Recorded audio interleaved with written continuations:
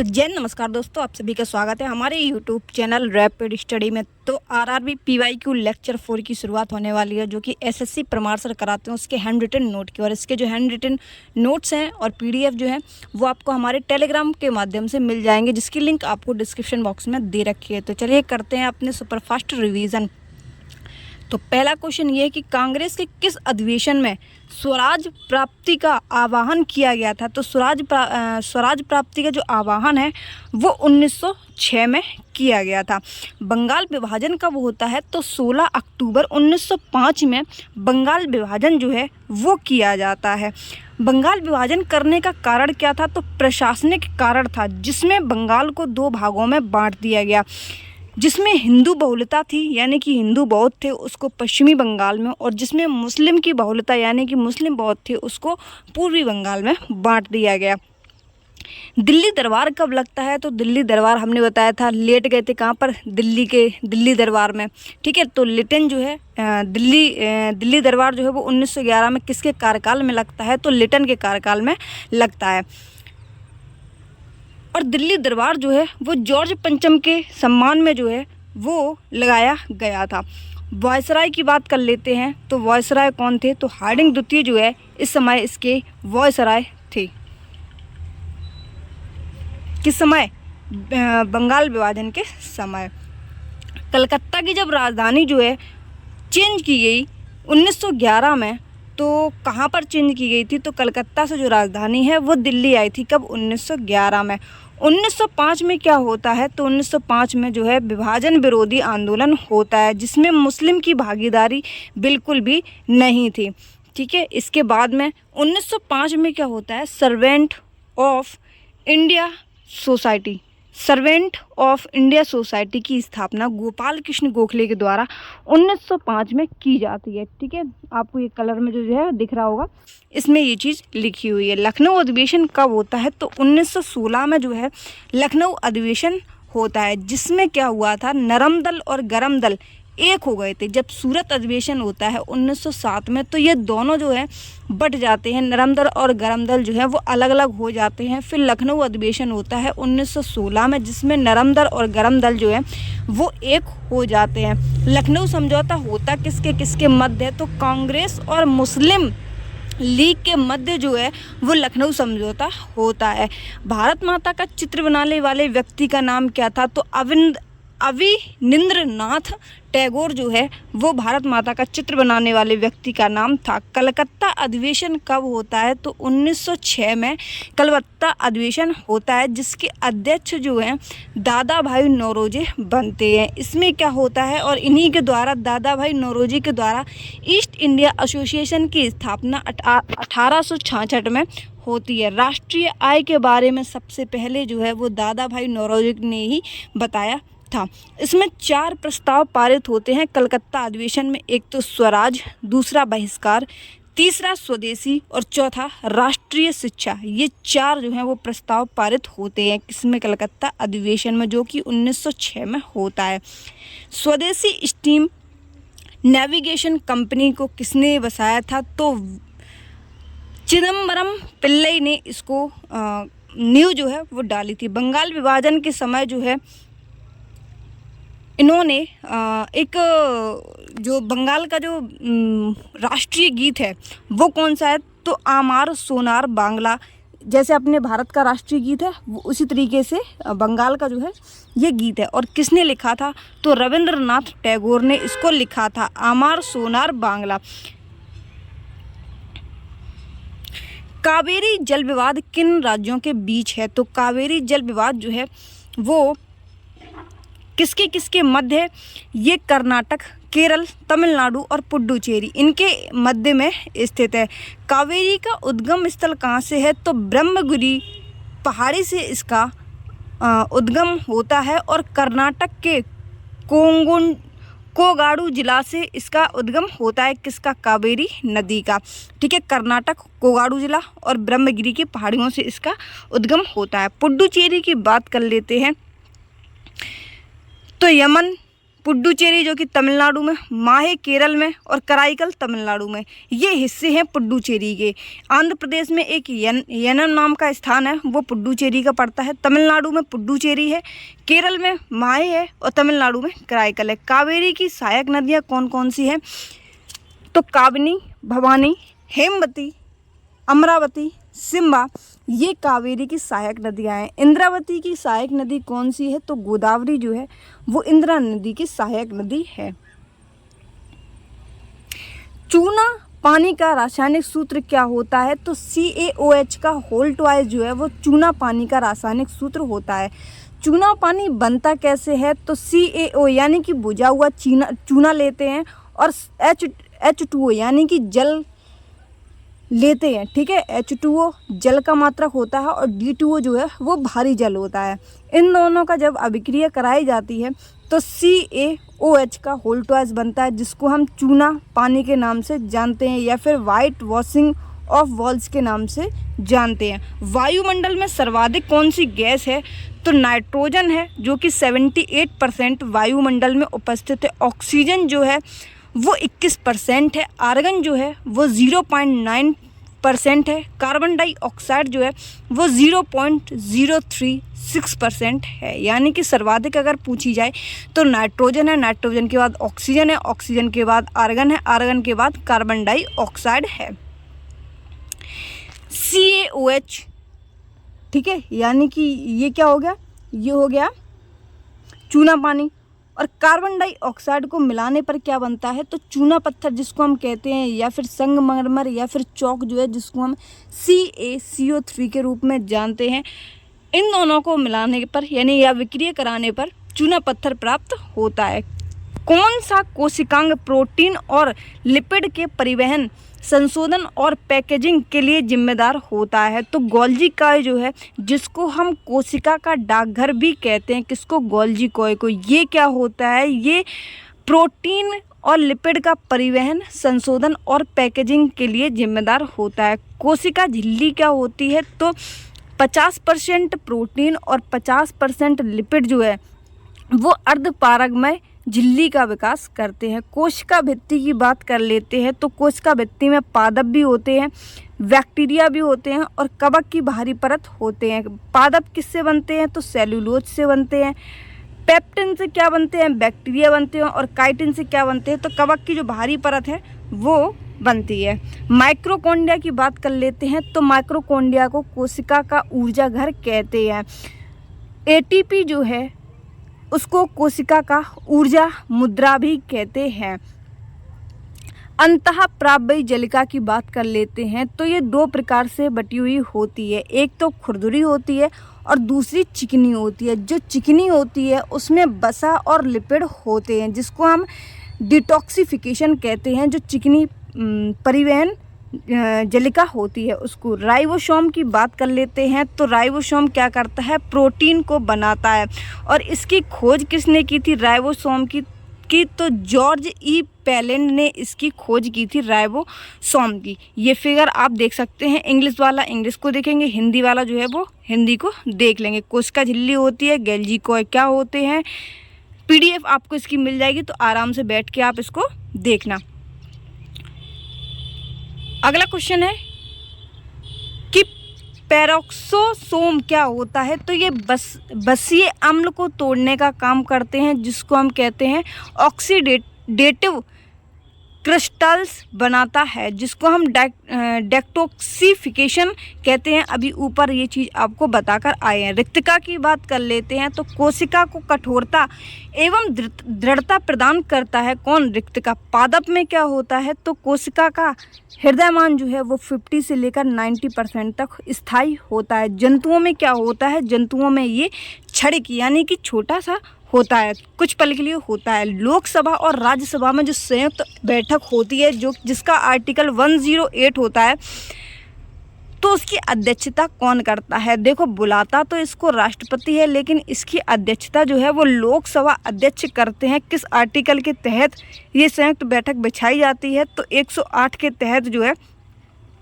इसको हम बैठाते हैं। मान लो अगर लोकसभा अध्यक्ष अनुपस्थित है तो लोकसभा का उपाध्यक्ष इसकी जो अध्यक्षता है वो करेगा, और लोकसभा उपाध्यक्ष भी अगर उपस्थित नहीं है तो राज्यसभा का उपाध्यक्ष जो है वो इसकी अध्यक्षता करेगा। मान लो आपको ऑप्शन में ना लोकसभा अध्यक्ष दिया ना लोकसभा उपाध्यक्ष दिया, आपको दिया राज्यसभा उपाध्यक्ष, तो आप क्या लगा के आएंगे? राज्यसभा उपाध्यक्ष लगा के आएंगे।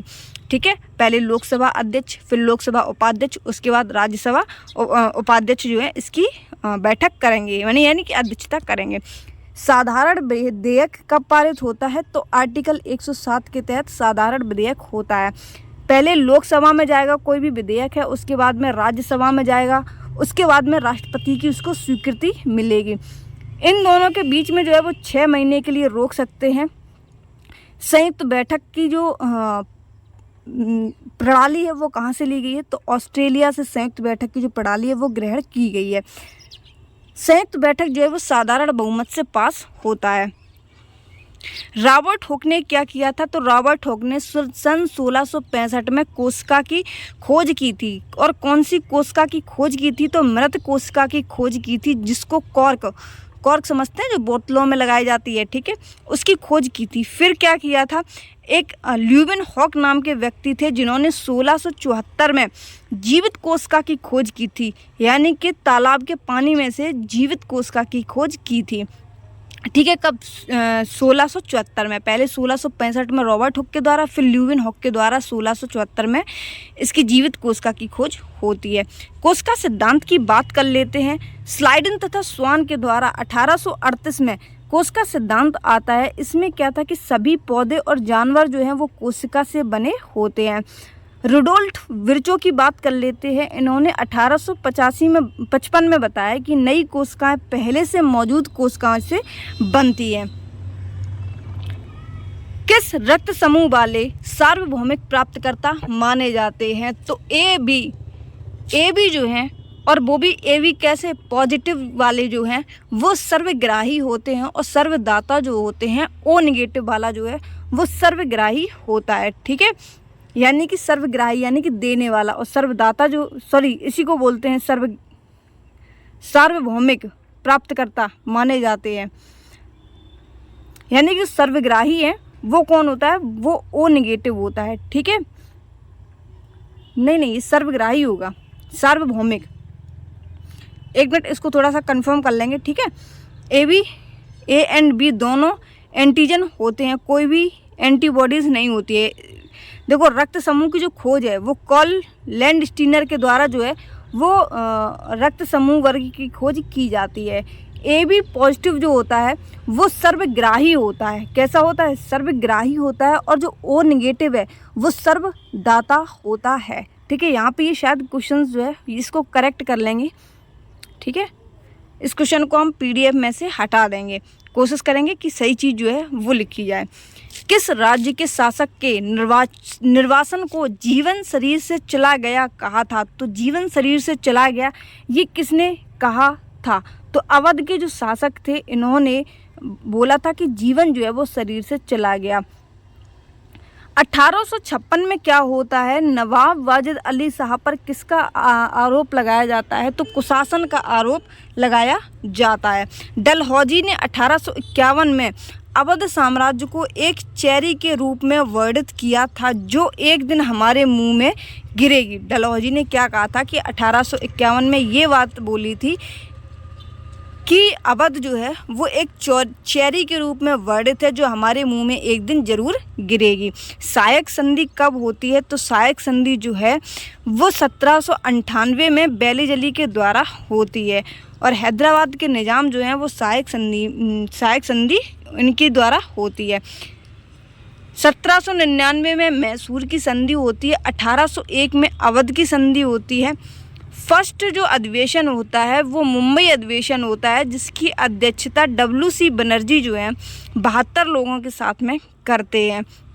सेकंड अधिवेशन जो होता है, जिसको हम कलकत्ता अधिवेशन के रूप में जानते हैं, इसकी अध्यक्षता जो है वो दादा भाई नौरोजी करते हैं। कब? 1886 में।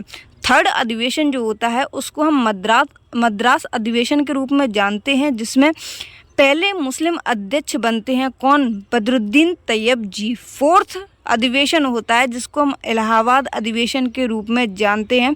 और पहले इसमें अंग्रेज अध्यक्ष बनते हैं जिनका नाम था जॉर्ज यूल। फिर 1917 में जो कलकत्ता अधिवेशन होता है इसकी अध्यक्षता फर्स्ट फीमेल जो है वो करती हैं। उनका नाम क्या था, तो एनी बेसेंट जो है वो 1917 में कलकत्ता अधिवेशन में अध्यक्षता करती हैं। 1925 में जो है वो कानपुर अधिवेशन होता है जिसकी अध्यक्षता सरोजनी नायडू करती हैं, जो कि पहली भारतीय फीमेल थी। एनी बेसेंट भारतीय नहीं थी, लेकिन भारतीय जो थी वो कौन थी, तो सरोजनी नायडू थी। हड़प नीति कब आती है, तो डलहौजी के कार्यकाल में जो है वो हड़प नीति आती है। कब, 1848 में। हड़प नीति के द्वारा सबसे पहले सतारा को जो है इसको हड़प लिया गया। कब, 1848 में। फिर सम्बलपुर को हड़पा गया। कब, 1849 में। जैतपुर को हड़पा गया 1849 में। उदयपुर को हड़प लिया गया 1852 में। और झांसी को जो हड़प लिया गया 1854 में। और नागपुर को भी कब, 1854 में हड़प लिया गया।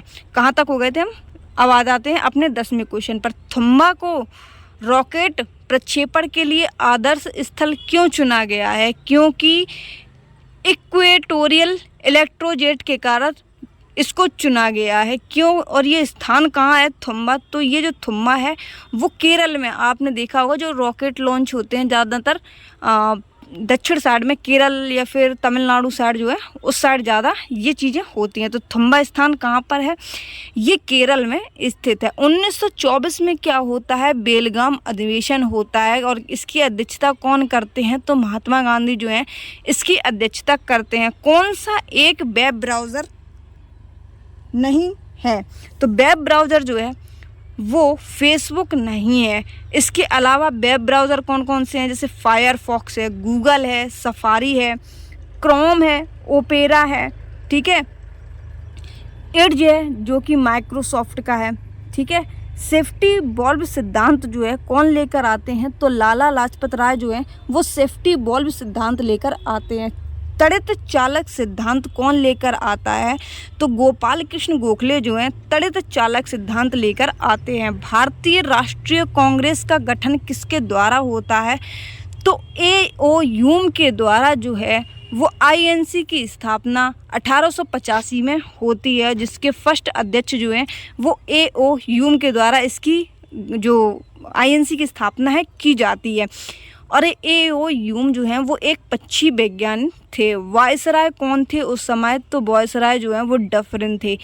कांग्रेस जो है वो राजद्रोह का कारखाना है। डफरिन ने क्या बोला था, डफरिन ने ये कहा था कि कांग्रेस जो है वो राजद्रोह का कारखाना है।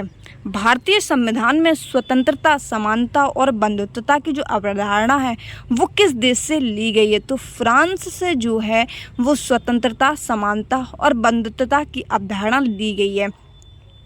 अर्धसंघीय की बात कर लेते हैं तो केसी वेयर जो है अर्धसंघीय के अध्यक्ष थे। सहकारी संघवाद की बात कर लेते हैं तो ग्रेनविल ऑस्टिन थे। सौदेबाजी संघवाद की बात कर लेते हैं तो मॉरिस जोन्स इसके अध्यक्ष थे। संयुक्त बैठक जो है ना तो धन विधेयक पारित कर सकती है और ना ही संविधान संशोधन बिल पारित कर सकती है। संयुक्त बैठक जो है वो सिर्फ एक बार अभी तक जो है मेरे हिसाब से लगाई गई, एक या दो बार, सिर्फ एक बार संयुक्त बैठक को अभी तक लगाया गया है। एक बार कंफर्म कर लेंगे, ठीक है, वैसे एक बार लगाया गया है, ठीक है। और अनुच्छेद जो है वो अनुच्छेद 80 क्या कहता है, तो अनुच्छेद 80 जो है वो राज्यसभा के बारे में बात करता है। 79 जो है एक आपने ट्रिक पढ़ी होगी, सा रा ल, जिसको सा से संसद 79 में आता है, रा से राज्यसभा जो कि 80 में आता है, ला से लोकसभा जो कि 81 में आता है, ठीक है। तो राज्यसभा जो है वो किस आर्टिकल में आएगी, 80 में आएगी, जिसमें कुल सीटें कितनी होती हैं, तो 250 सीटें होती हैं, जिसमें राष्ट्रपति के द्वारा 12 व्यक्ति मनोनीत किए जाते हैं और 238 जो हैं इस पर चयन किए जाते हैं। ये जो 12 व्यक्ति होते हैं ये किसके क्षेत्र में होते हैं, तो कला, साहित्य, विज्ञान, समाज सेवा, इस सभी के क्षेत्र में ये होते हैं। भारत शासन अधिनियम 1935 के तहत क्या क्या चीज़ें आई थी, तो पहला तो आता है आपातकालीन उपबंध। आपातकालीन कितने टाइप की होती है? 3 टाइप की होती है, 352, 356 और 360, यानी कि 3 तरीके की। सर्वोच्च न्यायालय जो है वो न्यायपालिका का ढांचा होगा। दूसरी बात इसमें ये बोली गई थी, किसमें? भारत शासन अधिनियम 1935 में। लोक सेवा आयोग का गठन भारत सरकार अधिनियम 1935 के तहत होता है।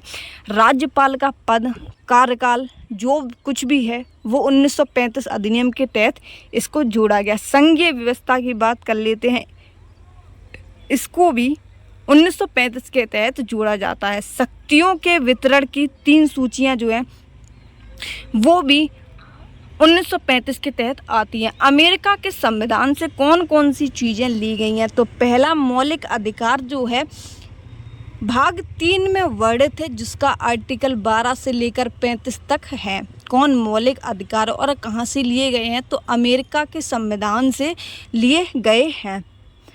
अधिकार कितने हैं? पहले मूल संविधान में 7 थे, वर्तमान में कितने हैं? 6 हैं। कौन सा हटा दिया गया? तो संपत्ति का अधिकार हटा दिया गया है। उसको किस अधिकार में रखा गया है? तो विधिक अधिकार यानी कि कानूनी अधिकार में रखा गया है। कानूनी अधिकार के 300A में रखा गया है। अगला क्वेश्चन है कि इसी में है दूसरा प्रस्तावना। प्रस्तावना का जो वर्णन है वो भी कहाँ से लिया गया है? तो अमेरिका के संविधान से लिया गया है। न्यायपालिका की स्वतंत्रता एवं सर्वोच्चता कहाँ से ली गई है? तो अमेरिका के संविधान से ली गई है। सर्वोच्च और उच्च न्यायालय के न्यायाधीशों को हटाना, यानी कि सुप्रीम कोर्ट और हाई कोर्ट के न्यायाधीशों को हटाने की व्यवस्था जो है वो अमेरिका के संविधान से ली गई है। उपराष्ट्रपति का पद जो है वो कहाँ से लिया गया है? तो अमेरिका के संविधान से लिया गया है। लेकिन राष्ट्रपति पर महाभियोग जो है, उपराष्ट्रपति का तो पद है और राष्ट्रपति पर महाभियोग जिसको हम आर्टिकल 61 में रखते हैं, ये भी अमेरिका के संविधान से लिया गया है। राज्याध्यक्ष की बात कर लेते हैं, यानी कि हेड ऑफ द स्टेट का जो चुनाव है वो भी किस में आता है? तो अमेरिका के संविधान से ये लिया गया है। न्यायिक पुनर्परीक्षण या फिर पुनरावलोकन की व्यवस्था जो है वो भी अमेरिका के संविधान से ली गई है। संविधान की सर्वोच्चता की बात कर लेते हैं, ये भी अमेरिका के संविधान से। शक्तियों का जो बंटवारा है, शक्तियों का बंटवारा किसके किसके बीच में है? विधायिका, कार्यपालिका और न्यायपालिका के बीच में शक्तियों का बंटवारा होता है। ये अमेरिका के संविधान से लिया गया है। वित्तीय आपातकाल ये भी कहाँ से लिया गया है? तो ये भी अमेरिका के संविधान से लिया गया है। USSR यानी कि सोवियत संघ यानी कि रसिया की बात कर लेते हैं, तो मूल कर्तव्य जो है वो रूस के संविधान से लिए गए हैं। पंचवर्षीय योजना जो है जिसकी शुरुआत 1951 से होती है, ठीक है, किसकी? पंचवर्षीय योजना की। ये भी कहाँ से लिए गए हैं? तो ये भी रसिया के संविधान से लिए गए हैं। इसमें सामाजिक, आर्थिक और राजनीतिक न्याय जो है वो भी कहाँ से लिए गए हैं? तो रसिया के संविधान से लिए गए हैं। दक्षिण अफ्रीका से 2 चीज़ें ली गई हैं। एक तो 368 आर्टिकल में यानी कि 368 अनुच्छेद में संविधान संशोधन की प्रक्रिया दी गई है, एक तो ये ली गई है। और राज्यसभा के सदस्यों का जो निर्वाचन है, अभी हमने आपको बताया राज्यसभा में जो 12 सदस्य मनोनीत किए जाते हैं राष्ट्रपति के द्वारा, वो 12 सदस्य जो हैं वो दक्षिण अफ्रीका के संविधान से लिए गए हैं। आयरलैंड के संविधान से क्या क्या लिया गया है? तो DPSP की बात कर लेते हैं। तो DPSP जो है आर्टिकल 35 से लेकर 51 में वर्णित है। क्या? DPSP जिसको हम राज्य के नीति निर्देशक तत्व कहते हैं, ये आयरलैंड से लिए गए हैं। राज्यसभा में मनोनीत सदस्यों का जो नामांकन है वो भी आयरलैंड के संविधान से लिया गया है। राष्ट्रपति के निर्वाचन की पद्धति, देखो महाभियोग जो है, अभी हमने बताया था महाभियोग जो है राष्ट्रपति का, वो तो अमेरिका के संविधान से लिया गया है, लेकिन उपराष्ट्रपति का जो पद है वो अमेरिका के संविधान से लिया गया है। लेकिन राष्ट्रपति के निर्वाचन की जो पद्धति है वो कहाँ से ली गई है? तो वो आयरलैंड के संविधान से ली गई है। कनाडा के संविधान से कौन कौन सी चीज़ें ली गई हैं? तो सशक्त केंद्र के साथ संघीय व्यवस्था जो है वो कनाडा के संविधान से ली गई है। और केंद्र के द्वारा राज्य में राज्यपालों की जो नियुक्ति होती है, केंद्र के द्वारा राज्यों में जो राज्यपालों की नियुक्ति होती है वो कनाडा के संविधान से ली गई है। अवशिष्ट शक्तियों का केंद्र में निहित होना ये भी कनाडा के संविधान से लिया गया है। उच्चतम न्यायालय का परामर्शी न्याय निर्णय जो है वो भी कनाडा के संविधान से लिया गया है। कौन सा एक बाघ अभ्यारण्य है? तो जिम कॉर्बेट नेशनल पार्क, जो कि उत्तराखंड के नैनीताल में स्थित है। इसको हम एक बाघ अभ्यारण्य के रूप में भी जानते हैं और यहाँ पर रॉयल बंगाल टाइगर मिलता है, जिसकी स्थापना जो है या फिर इस्टेब्लिश जो है वो 1936 में होता है। प्रोजेक्ट टाइगर कब आता है? तो प्रोजेक्ट टाइगर जो है वो 1973 में आता है। वन्य यानी कि वाइल्ड लाइफ सेंचुरी जो है प्रोजेक्ट हाथी जो है वाइल्ड लाइफ प्रोजेक्ट जो है वो कब आता है? तो 1972 में आता है। ये चीज़ हमने आपको अभी कल वाले सेट में शायद बताई थी। प्रोजेक्ट हाथी कब आता है? तो 1992 में जो है वो प्रोजेक्ट हाथी आता है। और प्रोजेक्ट टाइगर जो है वो कब आता है? 1973 में ये चीज़ आई थी। हमने दोबारा से आपको वहाँ पे करेक्ट करके बताई थी। पहले 72 बता दी थी, फिर बाद में 73 जो है उसको बताया था। सिमलीपाल टाइगर रिजर्व की बात कर लेते हैं। तो सिमलीपाल टाइगर रिजर्व जो है ये उड़ीसा में स्थित है, जो कि पहली मेनालिस्टिक टाइगर सफारी है। सबसे बड़ा जो है वो नागार्जुन श्रीशैलम टाइगर रिजर्व है, जो कि आंध्रा और तेलंगाना के बीच में स्थित है। यानी कि दोनों में जो चीज़ें हैं वो स्थित हैं। पेंच पन्ना ये कहाँ के हैं? ये सभी एमपी के हैं, जिसको हम पहली नाइट सेंचुरी के रूप में भी जानते हैं। किसको? पेंच को।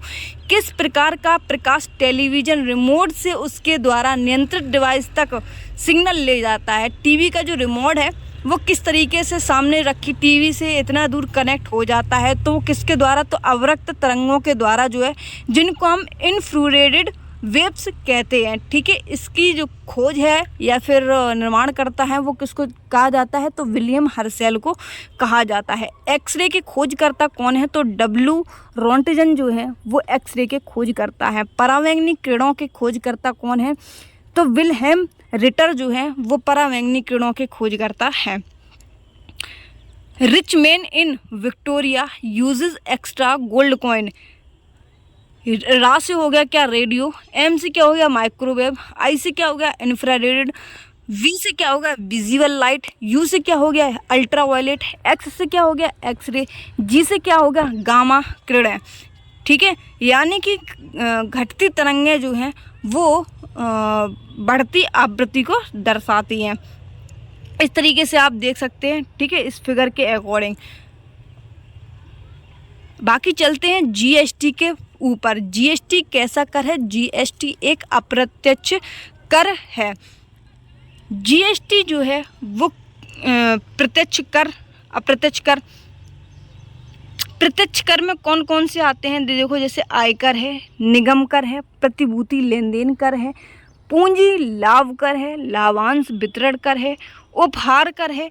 इनमें जो है वो ये प्रत्यक्ष कर होते हैं। अप्रत्यक्ष कर कौन कौन से होते हैं? जैसे जीएसटी है, सीमा शुल्क है, उत्पाद शुल्क है, सेवा कर है, वीएटी है। वीएटी को ही जो है वो बदलकर जीएसटी लाया गया था।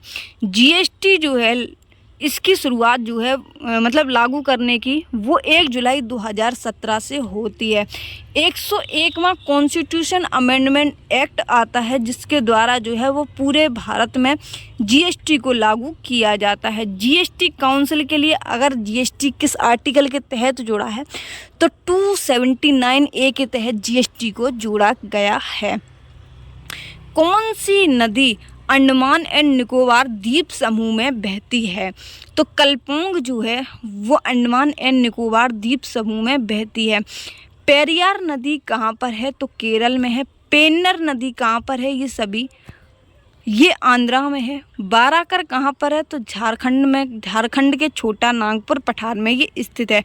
और बाराकर नदी पर ही मैथोन एंड तलैया बांध स्थित है। दामोदर की सहायक नदी है बाराकर नदी, जिस पर भ्रंश घाटी में जो कि बहती है। और इसकी जो सहायक अन्य नदियां हैं दामोदर की, जैसे नर्मदा, तापी, ये सभी इसकी सहायक नदियां हैं।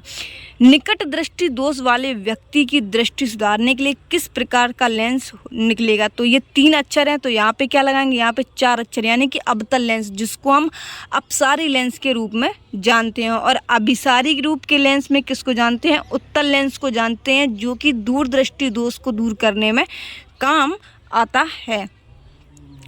अमेरिका का सबसे बड़ा देश कौन सा है? तो ब्राज़ील जो है वो दक्षिणी अमेरिका का सबसे बड़ा देश है। सबसे लंबी पर्वत श्रृंखला कौन सी है दक्षिणी अमेरिका की? तो एंडीज जो है इसकी सबसे लंबी पर्वत श्रृंखला है। 2 स्थल रुद्ध देश हैं, कौन कौन से? बोलीविया और पराग्वे जो हैं 2 स्थल रुद्ध देश हैं। सबसे ऊंची चोटी कौन सी है दक्षिण अमेरिका की? तो माउंट एकेनकागुआ जो है यहाँ की सबसे ऊंची चोटी है। सबसे सूखा रेगिस्तान कौन सा है? तो अटाकामा रेगिस्तान जो है यहाँ का सूखा रेगिस्तान है। ज्वालामुखी की बात कर लेते हैं, तो सलादो यहाँ का ज्वालामुखी है। और सबसे ऊंचा माउंटेन चोटी की बात कर लेते हैं, तो ओजस डेल जो है यहाँ की सबसे ऊंची चोटी है। जातक कथाएं किस धर्म से संबंधित हैं? तो बौद्ध धर्म से जातक कथाएं संबंधित हैं। अधिधम्म पटक की बात कर लेते हैं, ये पाली भाषाएं में है। सुत्त पटक की बात कर लेते हैं, तो धर्मोपदेश हैं। विनय पटक की बात कर लेते हैं, इसमें नियम दिए गए हैं। तो बौद्ध धर्म जो है उसमें त्रिपटक है, और त्रिपटक में भी इन तीनों में अभिधम्म पटक, सुत्त पटक और विनय पटक को किस अभिधम्म को पाली भाषा में, सुत्त पटक को धर्मोपदेश में और विनय पटक को नियम में बदला गया है। शास्त्रीय भाषाएं कितनी हैं? शास्त्रीय भाषाएं 6 हैं, और अगर वैसे बोला जाए तो 3 और बढ़ जाती हैं, पाली, प्राकृत और फारसी। कैबिनेट मिशन की शुरुआत कब? भारत में जो कैबिनेट मिशन है वो कब भारत आता है? तो 1946 में कैबिनेट मिशन जो है वो भारत में आता है। इब्न बतूता एक प्रसिद्ध यात्री था, किस देश के मूल निवासी था? तो इब्न बतूता जो है वो 1333 में मोरक्को से आता है। इसने एक पुस्तक लिखी थी जिसका नाम था रहला, जो कि मोहम्मद बिन तुगलक के शासनकाल में आता है। निकोल डी कॉन्टी जो कि इटली से आया था, ये देवराय फर्स्ट के शासनकाल में आता है। अच्युत देवराय जो है वो फर्नाओनूस पुर्तगाली यात्री जो है, कौन से? फर्नाओनूस जो है वो इसके कार्यकाल में आते हैं। अब्दुल रज्जाक की बात कर लेते हैं, ये देवराज सेकंड के कार्यकाल में आते हैं। डोमिंगो पीस एवं ड्रिबोर्तो टाराबोसा ये कृष्ण देवराय के शासनकाल में आते हैं, और ये एक पुर्तगाली था। भारत में सांप्रदायिक निर्वाचन प्रणाली किस अधिनियम द्वारा पहली बार शुरू की गई थी? तो मार्ले मिंटो सुधार जो है वो 1909 में आता है। मार्ले सचिव बने थे और मिंटो जो है वो वायसराय बने थे। इसमें क्या था? प्रथम निर्वाचन प्रणाली जो है वो मुस्लिमों के लिए आती है, मार्ले मिंटो सुधार अधिनियम। भारत शासन अधिनियम 1919, अभी 1935 में हमने बताया थे भारत सरकार अधिनियम 1935 में कौन कौन सी चीज़ें जोड़ी गई थी। 1919 में क्या हुआ था? तो पृथक निर्वाचन जो है वो बढ़ाया गया था। इसमें क्या था? आंग्ल भारतीयों और ईसाइयों को भी जगह दी गई थी। मॉन्टेग्यू चेम्सफोर्ड की भी बात कर लेते हैं, ये भी 1919 में आता है। मिंटो को भारत में सांप्रदायिकता के जनक के रूप में जाना जाता है। भारत के सांप्रदायिकता के जनक के रूप में किसको जाना जाता है? मिंटो को जाना जाता है। ASCII अंग्रेजी वर्डों की संख्याओं के किस रूप में दर्शाने वाला एक कोड है? इसका पूर्ण रूप क्या है? तो A का मतलब होता है America standard code for information interchange. ASCII का फुल फॉर्म ये हो गया, American standard code for information interchange.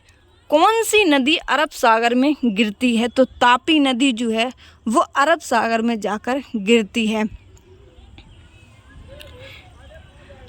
यानी कि बे ऑफ बंगाल में कौन कौन सी गिरती है? यानी कि बंगाल की खाड़ी में तो गोदावरी जो है यहाँ से निकलकर इसमें बहती है। कृष्णा नदी, कावेरी नदी, महानदी जो है वो बंगाल की खाड़ी में अगर गिरती हैं, लेकिन नर्मदा और ताप्ती जो है वो अरब सागर में आकर गिरती हैं।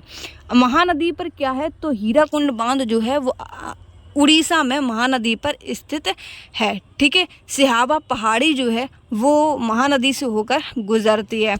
अमरकंटक की पहाड़ियाँ से होकर कौन सा निकलती है, तो नर्मदा नदी जो है वो अमरकंटक की पहाड़ियों से होकर निकलती है। बैतूल से जो है वो तापी नदी निकलती है। ठीक है, गोदावरी जो अभी हम बता चुके, त्र्यंबकेश्वर महाराष्ट्र से जो है वो निकलती है। और कृष्णा नदी जो है वो महाबलेश्वर से निकलती है। महात्मा गांधी ने भारतीय राष्ट्रीय कांग्रेस के अधिवेशन की अध्यक्षता कब की थी, तो अभी बता चुके आपको हमने ऊपर बहुत सारे जिसकी जैसे 1917 में जो है वो एनी बेसेंट ने अध्यक्षता की थी। फिर कानपुर अधिवेशन में जो है सरोजनी नायडू ने अध्यक्षता करती हैं। और 1924 में जो है वो अध्यक्षता कौन करते हैं गांधी जी करते हैं। और कहाँ के करते हैं, तो बेलगाम कर्नाटक में इसकी अध्यक्षता करते हैं। किसकी, INC की। ठीक है, गीत गोविंद किसने लिखी है, तो जयदेव ने जो है वो गीत गोविंद लिखी है। मुद्रा राक्षस किसके द्वारा लिखी गई है, तो विशाख दत्त के द्वारा लिखी गई है। राज तरंगिणी किसके द्वारा लिखी गई है, तो कल्हड़ के द्वारा लिखी गई है। कामसूत्र किसके द्वारा लिखी गई है, तो वात्स्यायन के द्वारा ये लिखी गई है। कौन सा मानव रोग बैक्टीरिया द्वारा उत्पन्न होता है, तो टाइफाइड जो है वो मानव द्वारा रोग बैक्टीरिया होता है, जिसको हम बिडाल परीक्षण के रूप में जानते हैं। वायरस से और कौन कौन से होते हैं, तो हेपेटाइटिस ए, गलसुआ और पोलियो जो है वो वायरस से होते हैं। तो टिटनेस और टीबी जो है या फिर गोहोरोसिया जो है वो बैक्टीरिया के द्वारा होता है। एड्स के लिए कौन सा परीक्षण किया जाता है, तो एलिसा परीक्षण किया जाता है। और 1 दिसंबर को जो है वो एड्स दिवस के रूप में मनाया जाता है। नींबू का pH मान कितना होता है, तो pH का फुल फॉर्म क्या होता है, पावर ऑफ हाइड्रोजन होता है। ठीक है, पोटेंज वर्ड जो है ये कहाँ से लिया गया है, तो पोटेंज वर्ड जो है वो जर्मनी भाषा में लिया गया है। नींबू का pH मान कितना होता है, तो 2 जो है वो नींबू का pH मान होता है। लार का pH मान कितना होता है, 6.9 होता है। रक्त का pH मान जो है वो 7.4 होता है। अम्लीय वर्षा क्या होती है, तो SO का होल ट्वाइस प्लस NO जो है इसके द्वारा अम्लीय वर्षा जो है इसका pH मान 5.6 होता है। मानव शरीर में जो रक्त होता है उसका pH मान कितना होता है, तो 7.4 होता है। लगभग 7 से 8 लीटर जो है वो मानव में रक्त होता है। दांतों का क्षरण जो है उसका pH मान कितना होता है, तो 5.5 होता है। यूनेस्को का मुख्यालय कहाँ पर है, तो यूनेस्को का जो हेडक्वार्टर है वो पेरिस में है। इसके बाद बात कर लेते हैं, बैटरी में जो एसिड होता है उसका pH मान 0 होता है। पेट में जो एसिड होता है जिसको हम HCl के रूप में जानते हैं, हाइड्रोक्लोरिक अम्ल जो होता है भोजन को पचाने में सहायक होता है, उसका pH मान 1 होता है। नींबू का pH मान कितना होता है, अभी बताया आपको, क्वेश्चन पूछा गया था, 2 था। विनेगर यानी कि सिरके का pH मान कितना होता है, तो 3 होता है। टोमेटो यानी कि टमाटर का pH मान कितना होता है, तो 4 होता है। केले का pH मान कितना होता है, 5 होता है। दूध का pH मान कितना, 6 होता है। और साफ वाटर यानी कि साफ पानी के pH मान कितना होता है, 7 होता है। एग का pH मान 8 होता है। और सोडे का जो pH मान होता है वो कितना होता है, 9 होता है। मिल्क ऑफ मैग्नीशिया का pH मान कितना होता है, 10 होता है। अमोनिया बेस्ड जो क्लीनिंग प्रोडक्ट होते हैं यानी कि जैसे निरमा वगैरह है, इसमें कितना होता है pH मान, तो 11 होता है। हाउस होल्ड ब्लीच यानी ब्लीच जिसको हम कहते हैं, ब्लीच का pH मान कितना होता है, तो ब्लीच से 12 याद रखेंगे। ओवन क्लीनर जो होता है उसका pH मान कितना होता है, तो 13 होता है। ड्रेन क्लीनर जिससे हम बाथरूम साफ़ करते हैं या फिर लेटरिन वगैरह साफ़ करते हैं, उसका pH मान कितना होता है, तो 14 जो है इसका pH मान होता है।